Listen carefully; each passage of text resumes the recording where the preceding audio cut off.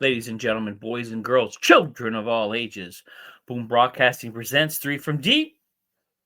I'm your host, Jason Colenso. Everybody's working for the weekend. Welcome to Saturday. Weekend is here.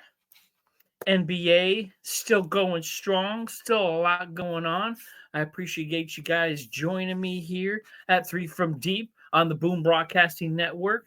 Please, if you have not subscribed, jump on the Boom Broadcasting bandwagon, guys. We got a lot of great content going on the channel here. Please jump on, give us your comments. Check it out, man. We got a lot of great stuff here. So, what do we got in store for Saturday? We got Mr. 4000 to talk about, Mr. Stephen Curry. We'll get into that real quick. Then the Lakers and Luka. Some rough waters here because we're going back to Cali. Yeah, I don't think so. So we'll jump into that here a little bit. And then still on this Joker versus SGA thing here, man. That MVP battle is something special. I really don't think you guys don't understand how amazing this battle is becoming. And then I want to talk about some of my most influential sports stars of all time. We'll get into that here a little bit during the timeout. And then, of course, we'll do our layup line at the end. I got a few things I want to discuss with here at the end. So sit back, relax. We got Saturday. Should be nice and quiet, nice and relaxed if you guys have your weekends off. If you don't, that stinks. I used to be there. You know what it's like working on the weekends. Don't like it, but I appreciate you listening to me anyway. So without further ado, man, I can't even talk either. Without further ado, let's jump into, again, Mr. 4000, Steph Curry. Thursday night in a win against the Kings, 130-104, for the Warriors' sixth straight win. So they have been playing some really good basketball ever since they got Jimmy Buckets. Has re-energized that Warriors team, sixth in the West right now, holding tight to that spot. They may be able to move up because there's a team up top there that seemed to be falling back a little bit here. So, but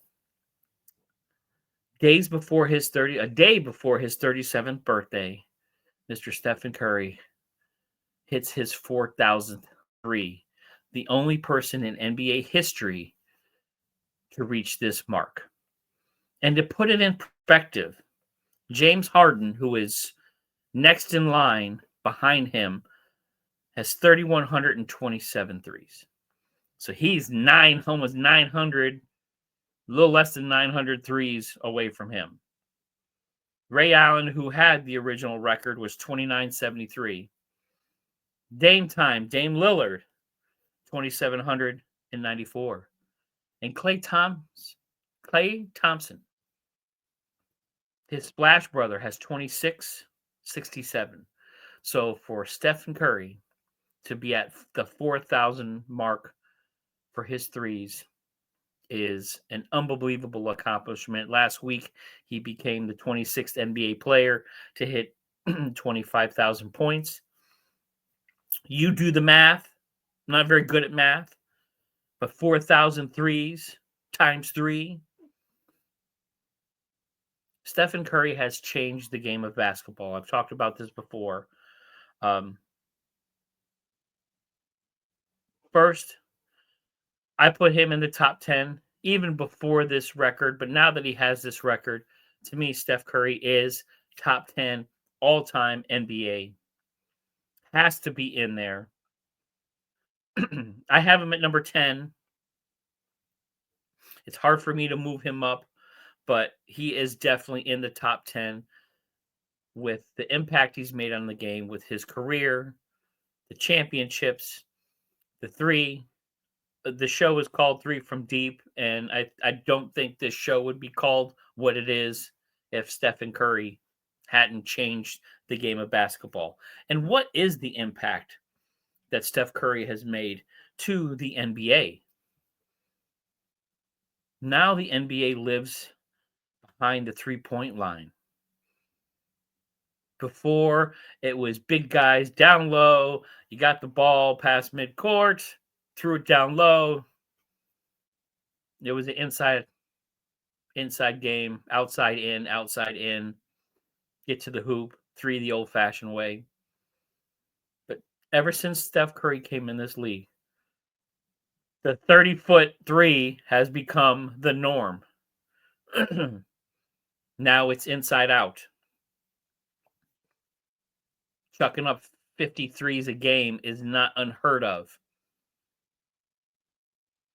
It is unbelievable what one person has done to the game of basketball. There has been a lot throughout the life of the NBA of players that have changed the game. Bill Russell, Kareem Abdul-Jabbar, Magic and Bird, Michael Jordan, and then Steph Curry. I think he's had a bigger impact than LeBron James, Kobe Bryant. What do you guys think? Drop me a comment, like and subscribe. Let me know. What do you think? Am I crazy? But Stephen Curry has the babyface assassin has changed the landscape of basketball over the past 15 years. He has done more to the game than I think all those other guys, besides Michael Jordan. I still think Michael Jordan is probably the single most important person in the game of basketball as far as taking it globally. Teams now that are worth $1 billion+ would not be worth that without Mr. Michael Jordan. But Stephen Curry, fantastic job. Mr. 4,000, amazing record. He's going to keep going. I don't think he'll get to 5,000. I think that would be pretty crazy. He'd have to play well into his 40s with his average. But I think 43 or 4,300 is not out of the realm of possibilities for him. He is so consistent. It is scary. And some of the shots that he makes are legendary. So congratulations, Mr. 4,000. Top 10 all time. Changed the game as we know it. But my biggest question is, will that sustain? We've had a lot of people come in and out of basketball that have kind of did some different things where the game was a little bit different. They changed something. There was a rule change. Steph Curry with the 3-point shot being the sexy thing now. Used to be the dunk. Used to be some different things as far as making shots. The fadeaway jumper. The lost art of the mid-range shot. But now the deep three is the sexy shot. That's the home run hit. Does this survive past Curry's tenure? When Steph Curry decides to hang it up and the game continues to go, will it still live beyond the three-point line? Or will the game shrink back? Will somebody else emerge?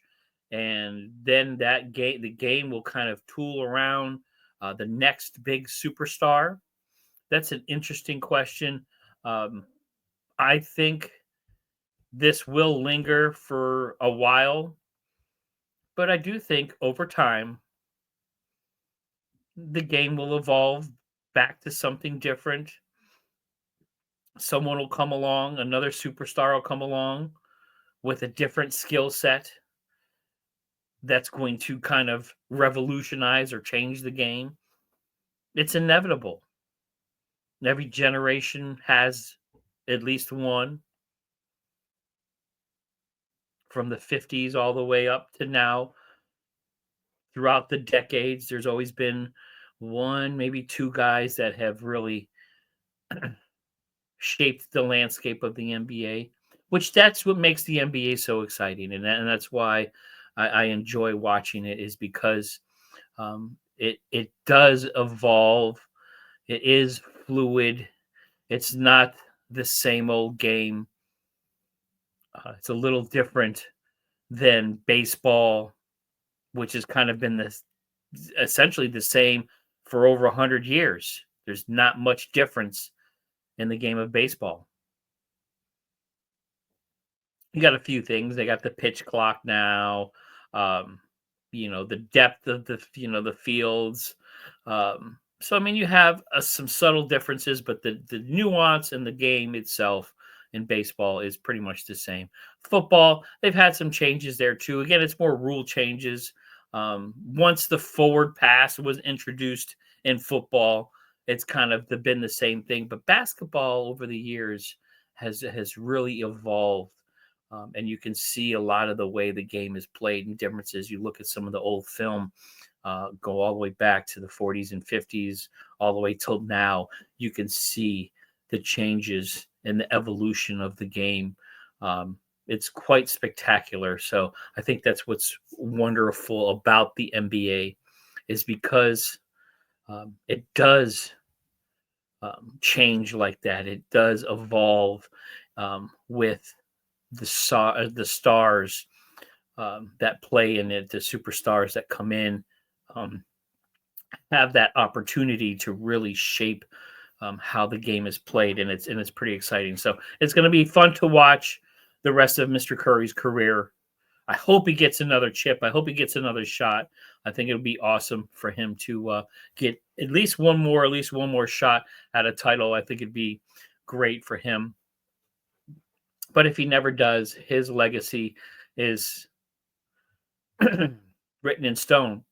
Hall of Famer, top 10, change the game. The deep three will always be identified with Steph Curry. So, Mr. 4000. Now, we're going to jump into Thursday night. Bucks stop a three-game skid against the Los Angeles Lakers, 126-106. Giannis, 24 points, 12 rebounds, 9 assists.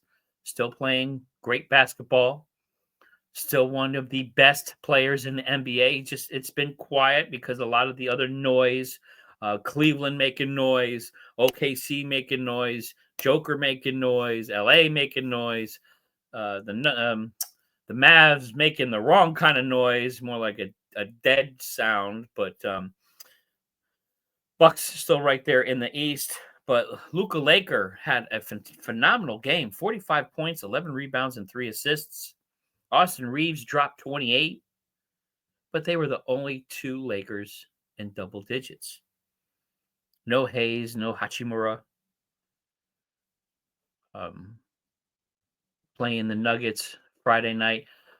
Luka not playing in that game. That management, body management, whatever you want to call it. Again, they got that these teams like to manage these guys because of injuries. And I could see with Luka, he is getting over something, but no LeBron and no Luka against the Denver Nuggets is not going to look well. Again, I record this show on Friday nights for Saturday, so I suspect it's going to be ugly. So right now, Lakers have dropped the last 2 games that they haven't had LeBron in. Luka's played well, but is this a vision of the future right now for those Los Angeles Lakers?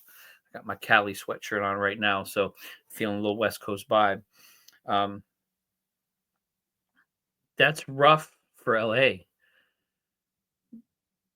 They're in that second, third spot. I think there's some percentage points. I'm sorry, fourth, fifth spot. There's some percentage points there. So I think they're in fourth. Another loss, they slide back to fifth.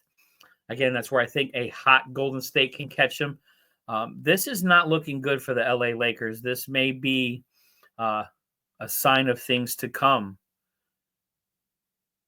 Lakers fans got to get used to this. You have Luka, and that's about it. I mean, it was a great pickup. The one of the greatest trades in the past 20 years, etc. Yeah, so they're currently kind of tied with the Rockets at 40. Actually, I'm sorry. Currently 40 and 24. Rockets right behind them in percentage points. Lakers at 625, Rockets at 621 as far as percentage points. So Rockets right behind them. But I think with a win and a loss, the Rockets will jump up and catch them. And I think the Rockets can do that, even though they have some injury issues too. But they're a younger team, a little deeper squad.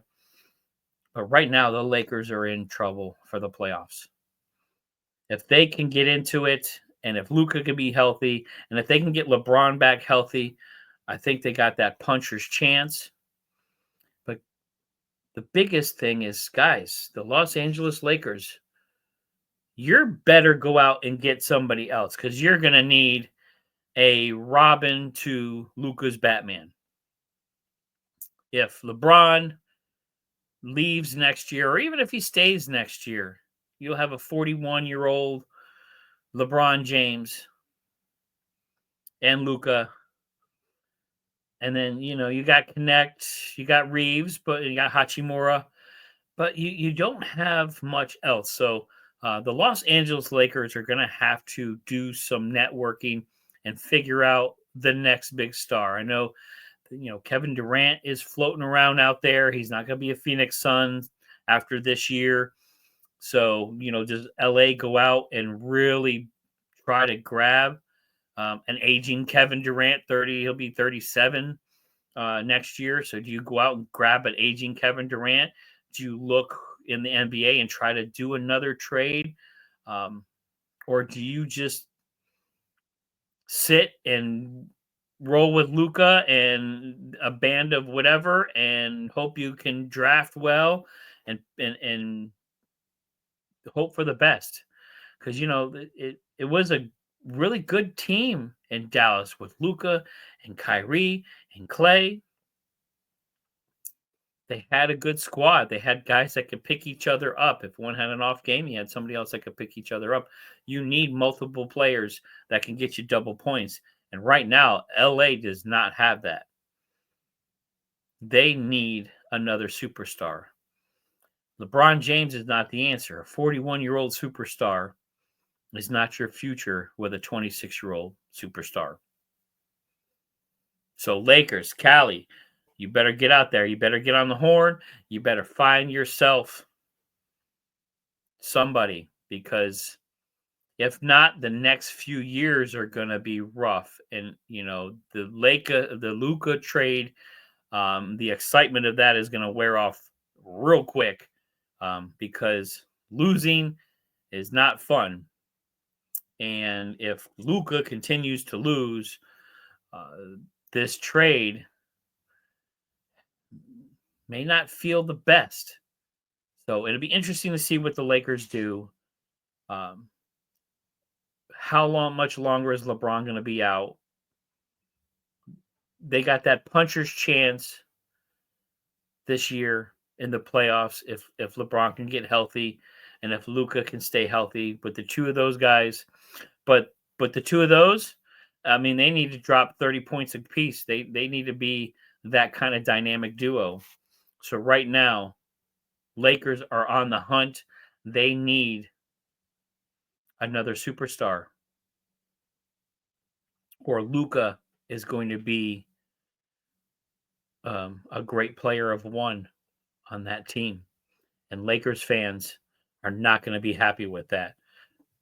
The honeymoon will not last much longer.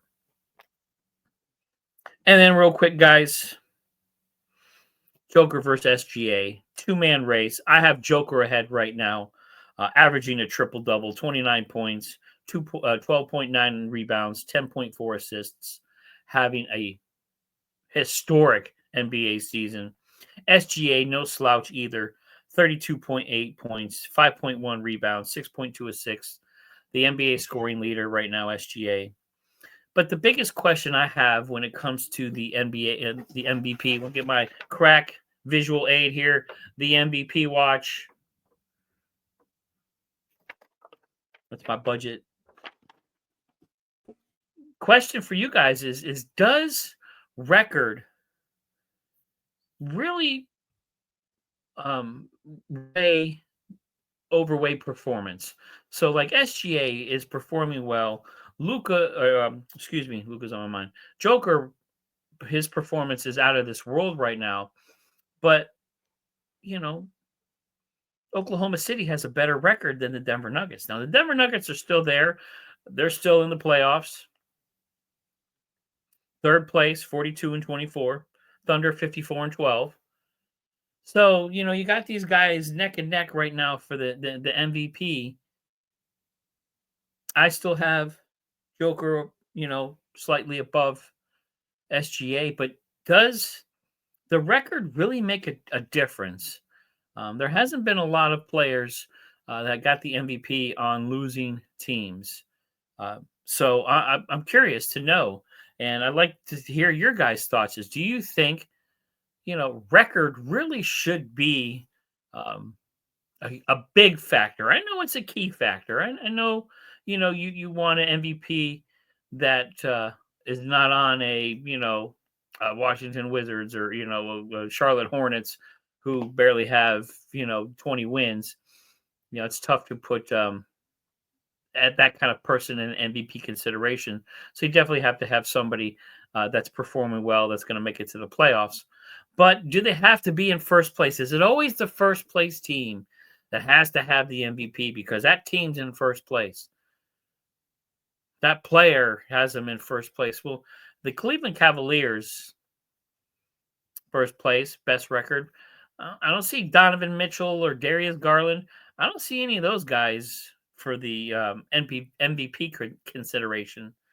So, does the fact that Joker's team has 12 less wins, is that factor enough to really knock him down from winning another MVP? I'd like to hear your thoughts, guys. Um, I don't think so. I think when you talk about MVP, most valuable player, I think of most valuable to not only your team, but most valuable to the league. Who's hot, who is the person that the league is talking about, your peers who are other players going, man, that guy is just doing ridiculous. So when I hear MVP, to me, it's, I don't want to play against him because that guy is ridiculous. So I know both of these players are kind of like that, but right now, Luka ahead of it. But guys, give me some of your thoughts here. Does record outweigh performance in the MVP race? Drop me an answer. I'm really curious to know what everybody thinks about that because I've been thinking about that a lot here lately. So we'll take a timeout. Of course, talking about Steph Curry, and I talked about his influence in the NBA and what he's done to the game.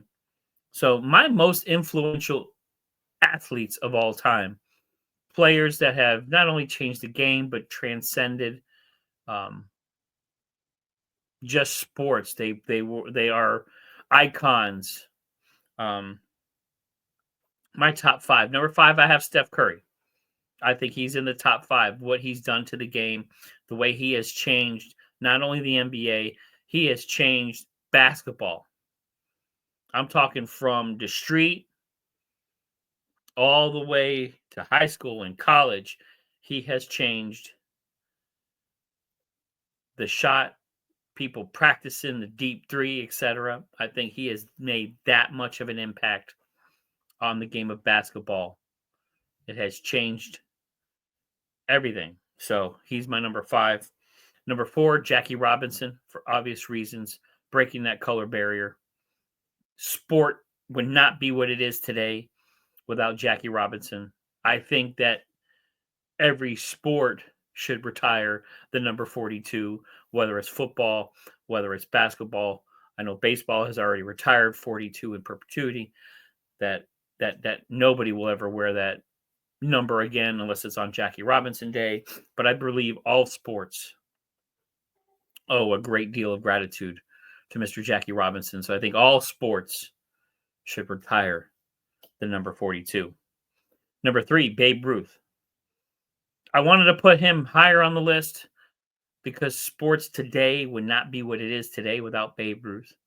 George Herman Ruth changed sport, drug it out of the alleys and out of the darkness, in the aughts,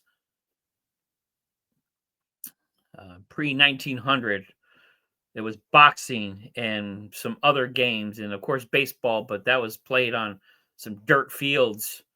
There wasn't even really any stands. People just kind of standing around watching the game. And then the Yankees pull off the trade, get Babe Ruth. Yankee Stadium is built, and a star is born. Babe Ruth made it acceptable and cool to watch sports, to bring your kids to watch sports, to have females come and watch sports. He had a lot of lady fans. And his marketability, his demeanor, his performance sold the game, and I think brought sports to something what we see today. I do not believe the pieces that are hanging on my walls. I do not believe sports today would be what it is without Babe Ruth. So he's my number 3. Number 2, Muhammad Ali. Boxing, philanthropy, political, Cassius Clay, then Muhammad Ali, changed the world, went all over the world, and became a world icon. So number 2, Muhammad Ali. And number 1, Michael Jordan. When we talk about changing the game of basketball, changing sports, Michael Jordan changed sports, especially when it comes to visibility, when it comes to marketability, shoes. It's got to be the shoes, the shoe game, the sneakerheads. Sneakerheads would not exist today without Michael Jeffrey Jordan. Period. He started this. He started athletes getting paid to wear shoes. Every kid today that has a shoe deal owes Michael Jordan. Nike, a billion-dollar company, would not be what it is today without Michael Jordan. The game of basketball would not be global like it is without Michael Jordan. Other sports would have not puffed up because the marketing, the advertising, these companies said, well, wow, we can make money using athletes. I know it's been done before, but in small pockets. Now it has exploded. So Michael Jordan, number 1. So guys, Steph Curry, Jackie Robinson, Babe Ruth, Muhammad Ali, and Michael Jordan. Those are my top 5 most influential athletes of all time. I got it, almost threw Jim Brown in there too. I think maybe you can flip-flop Steph Curry and Jim Brown, 5'6", right there, because I think Jim Brown, he gets a lot of love, but I don't think he gets enough for what he did to not only the sport of football, but to the world itself. So let me know what you think, guys. Who are your top 5 most influential athletes? Please don't be afraid to drop me a comment. So, and then real quick, let's do our little layup line. Let's get that layup in there. Even though we're your show, you're so used to hitting that 3 from deep, you gotta make sure you have the layup line in there here. So De'Aaron Fox, man, those San Antonio Spurs cannot catch a break. De'Aaron Fox out for the year, had to have surgery, injured. So now the biggest question is, do they tank for Cooper Flag? I kind of hope they don't. If they get him in if they win the NBA lottery with Fox and Wemby, you throw Cooper Flag on that team. Wow. But San Antonio, rough season, but I hope they don't tank, but it's looking like it's going to end up that way. So, Spurs, rough season. Hopefully, you all bounce back. And then let's get into the Mavs. You know, the poor Mavericks fans. The Mavericks did this to themselves. Nico did this to the Mavs themselves. Is there now a Luka curse? Prosper goes down with a right wrist injury, out for the year. They have 8 players injured. Anthony Davis, abductor strain, still hasn't played in over a month. Derek Lively II, right ankle stress fracture. Gafford, MCL sprain. Kyrie Irving, ACL tear. Jaden Harden, right ankle sprain. Is there now the curse of Luka Doncic hanging over the Dallas Mavericks? I still think that trade has ruined this franchise.